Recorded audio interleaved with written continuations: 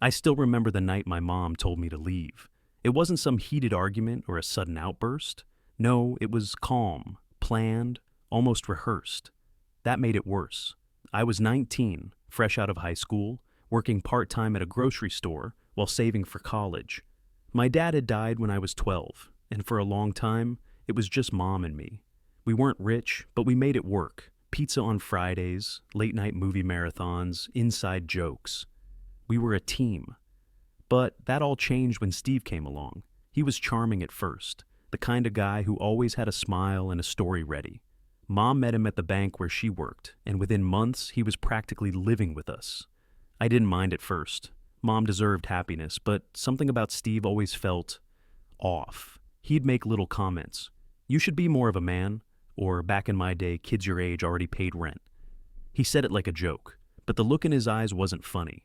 He didn't like me, and he didn't try to hide it. I tried to keep the peace for Mom's sake, but slowly, he started taking over everything.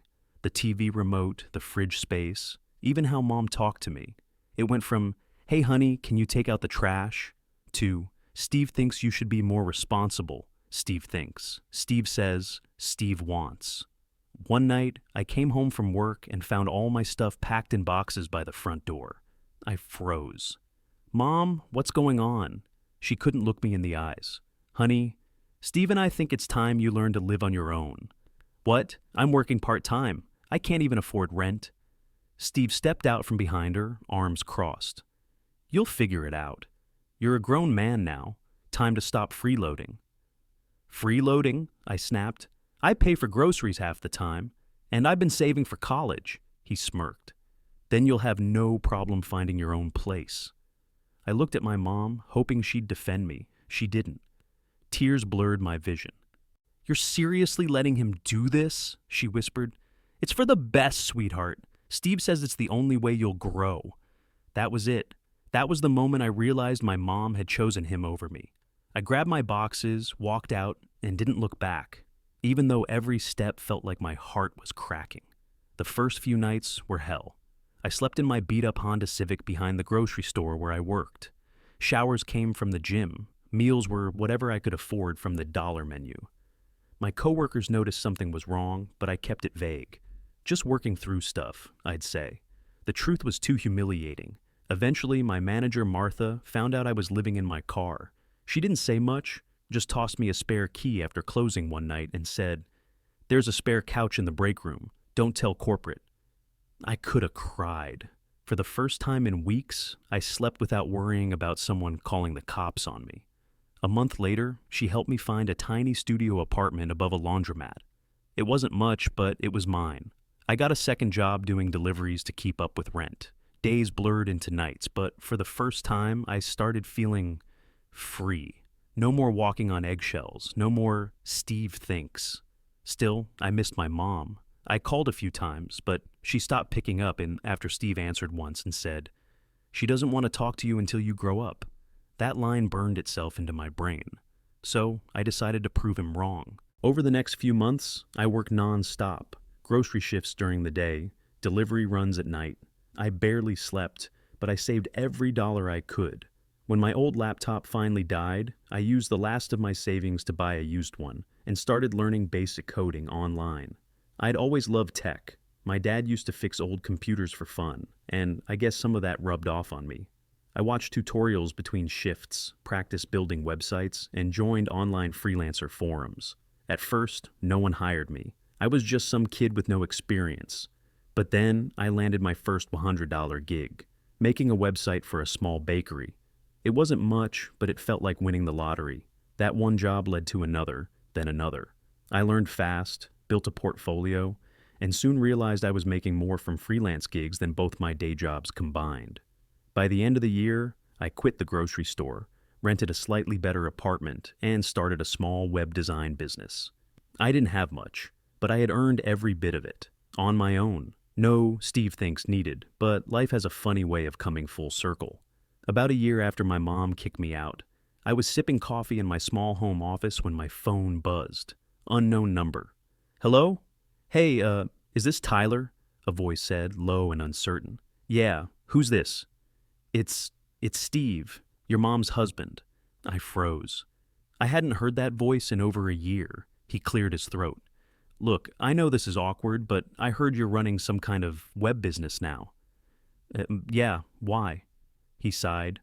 I started a construction company a few months back, and we need a website. I saw your portfolio online. You do good work. I couldn't believe what I was hearing. The man who called me a freeloader was asking me for help. I almost laughed when I realized who it was. Steve, the same man who kicked me out of my home, who called me lazy, who made my own mother turn against me, was now calling me for a favor. I leaned back in my chair, trying to sound calm. You need a website, I said slowly, and you want me to build it. Yeah, he replied. Look, I know we didn't exactly get along before, but this is business. I'll pay whatever your usual rate is. His tone was rehearsed, the voice of a man trying to sound confident while choking on his own pride. For a moment, I didn't answer. I wanted to hang up. I wanted to tell him to go to hell. But something stopped me. This was the same guy who once told me I'd never amount to anything. The same guy who made me sleep in my car for weeks. Now he was admitting I had something he needed. I couldn't resist. Sure, I said finally. Let's meet and talk details. There was a pause. Really? You're okay with that? Of course, I said, smiling to myself. Business is business. We met 2 days later at a small diner downtown. When I walked in, I spotted him instantly. Same slicked back hair, same forced confidence, but older somehow. Tired. Mom wasn't with him. He stood up as I approached, hand half raised for a handshake. Tyler, wow, you've, changed. Yeah, I said, sitting down. A year can do that. The waitress came over. Steve ordered black coffee. I didn't order anything. I wasn't planning to stay long. So, I said, folding my arms. Tell me about this business. He cleared his throat. Right, it's a construction and remodeling company. I started it a few months ago after I got laid off from the plant. We've got a few small projects lined up, but, we need more clients. That's where you come in. He slid a crumpled brochure across the table. The logo was awful, pixelated, with Comic Sans font. I almost laughed out loud. I need a proper website, he continued. Something that looks professional. You'd handle the design, maybe some marketing stuff if you know that area. Do you have a budget? I asked. He hesitated. Well, I can't pay up front, but once we get a few clients, I raised an eyebrow. So, you're asking me to work for free, again. His jaw tightened. No, I didn't mean it like that. Steve, I said calmly, leaning forward. Last year you threw me out of my house. I was sleeping in my car while you were sitting in my mom's living room, probably watching my Netflix account. And now you want me to help you. For free? He didn't respond. Just looked down at his coffee like it might give him an answer.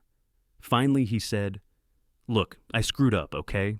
I was under pressure. I thought I was doing the right thing. Your mom said, Don't, I cut him off. Don't blame her for what you did. Silence. The kind that makes the whole room feel smaller. I took a deep breath. I'll build your site, but it's not going to be cheap. You'll pay my rate, $2,000 minimum. He looked stunned. $2,000 for a website? That's actually below average, I said. But I'm feeling generous today. He rubbed his temples, muttering something under his breath. Fine, I'll figure it out. Over the next week, I worked on his site. Not because I wanted to help him, but because I wanted to see just how far he'd go to swallow his pride. Every time he sent me an email starting with, Hey Tyler, I felt a dark satisfaction. Each payment request, each edit note, each thank you chipped away at the arrogance I remembered from before. A few days in, I got an email from him at midnight. From Steve Miller. Subject, quick question. Hey Tyler, this is looking great so far. I appreciate you doing this, man. By the way, I'm sorry about how things went last year. I shouldn't have treated you like that. I really hope your mom and I can make things right someday. I stared at the screen for a long time. Apologies were easy when someone needed you. I didn't reply. A week later, I met with him again to hand off the final product. He looked rough, tired, unshaven, stressed. So, he asked, as I pulled up the demo site on my laptop. What do you think? I clicked through the pages. Sleek, responsive, professional. His jaw dropped. "Holy crap," he muttered. "This looks amazing. You did all this yourself?" "Yeah," I said flatly. "Somehow managed to figure it out without a roof over my head last year." He winced. "Tyler!" "Relax," I said, shutting the laptop. "Your site's done. I'll send the invoice." He nodded, reaching for his wallet. "Can I pay in installments? We're still waiting for a couple of clients to sign." "Sure," I said, "but you'll sign a contract first. I don't do handshake deals anymore." He chuckled weakly. "You've gotten tough." I smiled. "You made me that way." After that, I didn't see him for a while, but every couple weeks I'd get random updates. He'd forward me leads from his site, ask for small tweaks, stuff like that. It was surreal, getting polite messages from the man who once called me useless. But the real shock came a few months later. One morning, I got a call from my mom. "Tyler?" Her voice was shaky, nervous. "Mom?" I hadn't heard from her in nearly a year. "Is everything okay?" She sighed. "I don't know how to say this, Steve. His company's not doing well. He took out loans he can't pay back. The bank's after him, and I interrupted. "Mom, why are you telling me this?" She hesitated. "Because he said you're the only one who might help. He wants to meet." I laughed. Not because it was funny, but because of the insanity of it all. The man who threw me out is now broke and needs my help again. That's rich. "Please," she said softly. "Tyler, he's scared. I know what he did was wrong, but you still took his side," I snapped. "When I needed you." There was a long silence. Then she whispered, "I was wrong. I see that now." For a moment, I didn't know what to say. I'd waited a year to hear those words, but instead of feeling satisfied, I just felt tired. "I'll meet with him," I said finally. "But not for him. For you." The next day I met Steve again. This time I chose the place, my office. It wasn't huge or fancy, but it was mine. A small downtown space with a glass door that said, "Henderson Webb and Design." The kind of place I dreamed of when I was living in my car. When he walked in, he looked like a completely different person. His confident stride was gone. His suit was wrinkled, eyes hollow from sleepless nights. "Nice place," he muttered, glancing around awkwardly. "Didn't expect you to have your own office." I leaned back in my chair.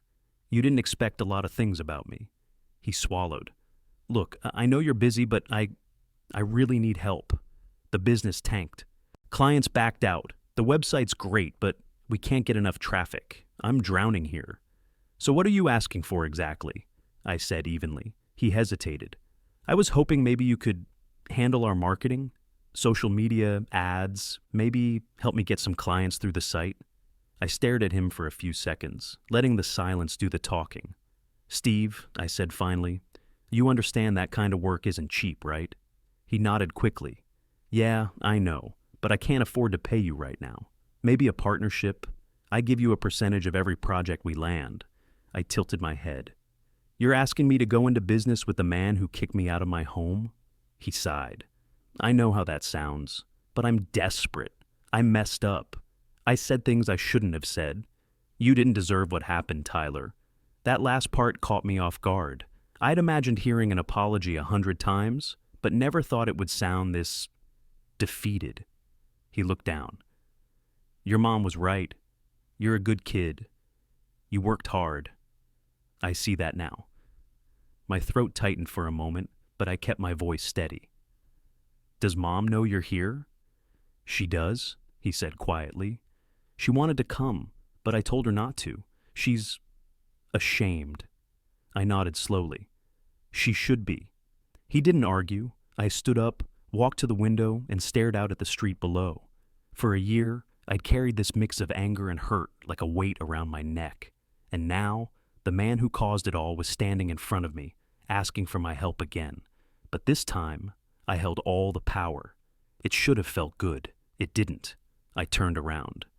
"I'll help you, Steve, but not because I forgive you, because this is business. You'll sign a contract, and I'll own 40% of your company." He blinked.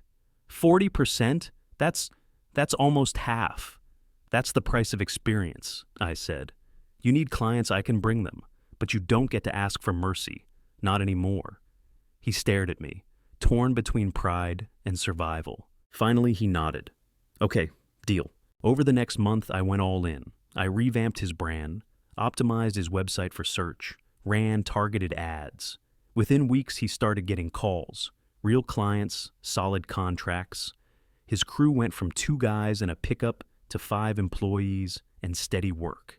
He couldn't believe it. This is insane, he said one morning as we reviewed numbers. I haven't seen business like this in years. People pay for results, I said. That's something I learned the hard way. He looked at me with a strange mix of pride and guilt. You're good at this, Tyler. Really good. Yeah, I said. Turns out being kicked out is great motivation. He didn't respond, just nodded slowly, eyes heavy with regret. Then, one Friday afternoon, my mom showed up at my office. She stood in the doorway, clutching her purse like it was a shield. Tyler, she said softly, you've really built something here. Yeah, I said. Had to. I know, she whispered. I've been meaning to call. I just didn't know what to say. I kept my arms crossed. Try, I'm sorry. It's a good place to start. Tears welled in her eyes. I am sorry. I was stupid. I let someone convince me that you were the problem when really I should have protected you. I didn't say anything. The silence hung between us like a wall. Steve told me everything, she said finally, about how you helped him, about the contract. You didn't have to do that. I shrugged. Business is business, she shook her head. No, Tyler, that's not business. That's forgiveness. I sighed. No, Mom. Forgiveness would be helping him out of kindness. I gestured around the office. This is me winning. She wiped her eyes. You sound just like your father when you say that. That hit harder than I expected. Over the next few weeks, things stabilized. Steve's company grew, and because of our agreement, I made a solid income from my share. But more importantly, Mom started calling me again. Just to talk, to ask about my day, to tell me about the little things she used to share before Steve came along. For the first time in years, we started rebuilding something like a relationship. One night, she invited me to dinner. It felt strange walking back into that house. The same walls, the same photos on the mantle, except one new picture of her and Steve at some company event. He greeted me awkwardly. Hey, Tyler, glad you could make it. Sure, I said, setting down my jacket. You've got a nice place. He laughed weakly. Yeah, though I might have to sell it soon if things don't pick up again. Mom shot him a look, but I ignored it. Dinner was quiet at first. Then Mom finally said, You know, it's funny how things work out. The person we thought needed help ended up being the one helping us. I smiled faintly. Yeah, life's weird that way. Steve nodded, staring at his plate. You proved me wrong, Tyler, completely. I looked at him for a long second and said, You didn't just underestimate me, Steve. You tried to break me, but you know what? You only made me stronger. He nodded slowly. I know, and I'll never forget that. For the first time, I believed him. That night, after dinner, Mom hugged me at the door. I'm proud of you, honey, I hesitated, then hugged her back. For a moment, it felt like old times, just Mom and me again, before everything went wrong. As I walked to my car, I looked back at the house one last time. The place that once broke me didn't have power over me anymore. I'd built my own home, my own future, my own life, and somewhere deep down, I realized I had finally let go.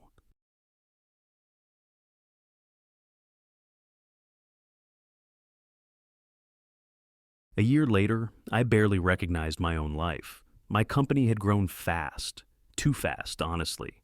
I'd gone from freelancing in a cramped studio apartment to running a small team of 5. We had clients all over the state now. Restaurants, law firms, contractors, even a couple of schools. And ironically, one of my biggest clients was still Steve's construction company, which was now partly mine. I didn't gloat about it. I didn't need to. Success is loud enough on its own. Mom and I talked often now. She'd started going back to school for accounting, something she'd always wanted to do but never had the courage to pursue. She sounded happier, lighter, more her again. But Steve, he wasn't doing so well. The business had hit another slow patch. He'd taken on too many projects, and his finances were stretched thin. One afternoon, he called me, his voice tight with stress. "Tyler, I need you to handle the marketing again. We're not getting enough leads. I'm running out of cash." I rubbed my temples. "You have access to all the tools, Steve. You just need to use them." "I know, but you're better at this," he pleaded. "Please, man, I'm desperate." The tone in his voice, I'd heard it before, a year ago. The same desperation I once felt when he threw me out. "Come by the office tomorrow," I said. "We'll talk." He showed up looking worse than ever. Sunken eyes, stubble, wrinkled clothes. The kind of man who'd been carrying too much for too long. "Rough week?" I asked, motioning for him to sit. He sighed heavily. "You have no idea." I nodded slowly. "Actually, I do." He looked up, confused. "What do you mean?" "You remember when you said kicking me out would make me a man?"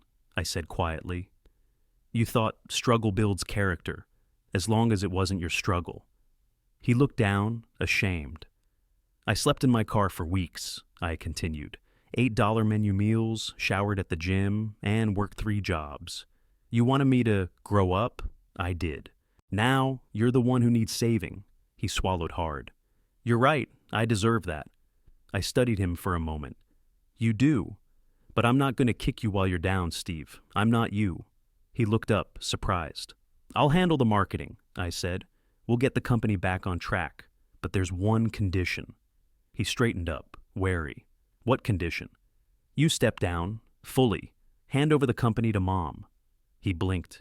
"What?" "You heard me. She's the only reason I'm even considering helping.